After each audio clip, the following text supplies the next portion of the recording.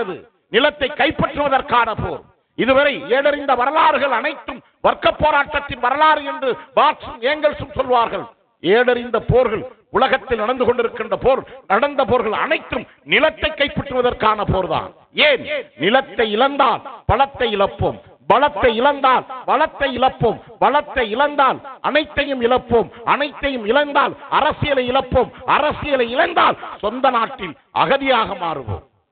இதை எதிர்த்துதான் எங்கள் தேசிய தலைவன் பிரபாகரன் வீரம் எறிந்த விடுதலை போராட்டத்தை சிங்கள பேரினவாதத்திற்கு எதிராகவும் இந்திய பேரினவாதத்திற்கு எதிராகவும் உலக நாடுகளுக்கு எதிராகவும் 22 நாடுகளை எதிர்த்து இந்திய பெருங்கடலில் 50,000 புலிகளோடு 2009ஆம் ஆண்டு ஒரு 3ஆம் உலக யுத்தத்தை நடத்தினானே எங்கள் தேசிய தலைவன் பிரபாகரன். எதற்கு? தமிழர் நிலத்தை காப்பாற்றுவதற்காக, தமிழர் நிலத்தை காப்பதற்காக, தமிழர் நிலத்தை மீட்பதற்காக போராடினார் எங்கள் தலைவன் பிரபாகரன். அந்த வழியில் தான் எங்கள் அண்ணன் சீமானும் நாம் தமிழர் பிள்ளைகளும் இழந்த நிலத்தை காப்பாற்றுவதற்காக, இருக்கின்ற தமிழ் நிலத்தை காப்பதற்காக நாங்கள் இந்த வீரம் எறிந்த இந்த போராட்டத்தை தமிழ் மண்ணில் நாங்கள் நடத்தி கொண்டிருக்கின்றோம்.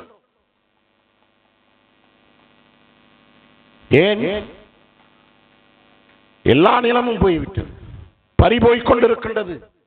தமிழர் நிலம் சட்டமில்லாமல் பன்னாட்டு முதலாளிகளுக்கும் வட இந்திய முதலாளிகளுக்கும் தாரை வார்க்கப்பட்டுக் கொண்டிருக்கின்றது.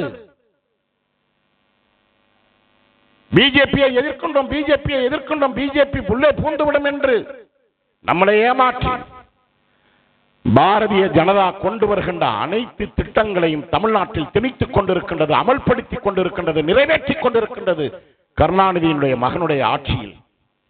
தெரியுமா உங்களுக்கு? தெரியுமா உங்களுக்கு?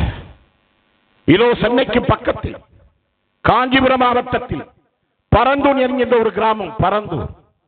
அந்த பரந்தூரில் ஒரு வருடத்திற்கு மேலாக 600 நாட்கள் போராடி கொண்டிருக்கின்றார்கள். 600 நாட்கள், ஏறக்குறைய 2 ஆண்டுகளாக விவசாயிகள் அந்த பகுதி மக்கள் போராடி கொண்டிருக்கிறார்கள். எதற்கு தெரியுமா? முப்போகம் விளைகின்ற பூமி, 3500க்கு மேற்பட்ட ஏக்கர் நிலம், பாலாற்று படுகையில் இருக்கின்ற நிலம், முப்போகம் விளைகின்ற வளமான பூமி.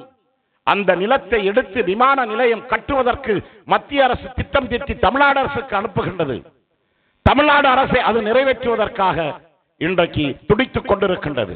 உண்மையிலேயே முத்துவேல் கருணாநிதி ஸ்டாலின் அவர்களுக்கு திராவிட முன்னேற்ற கழகத்திற்கு பிஜேபி மீது உண்மையான எதிர்ப்புணர்வு இருந்தால் என்ன செய்திருக்க வேண்டும்? நரேந்திர மோடி, நீ எந்த திட்டத்தை தமிழ்நாட்டிற்குள் திணித்தாலும் திராவிட முன்னேற்ற கழகம் அடிபணியாது என்று சொல்லியிருந்தால் நீ உண்மையிலே மானமுள்ள தமிழன். சொன்னீர்களா?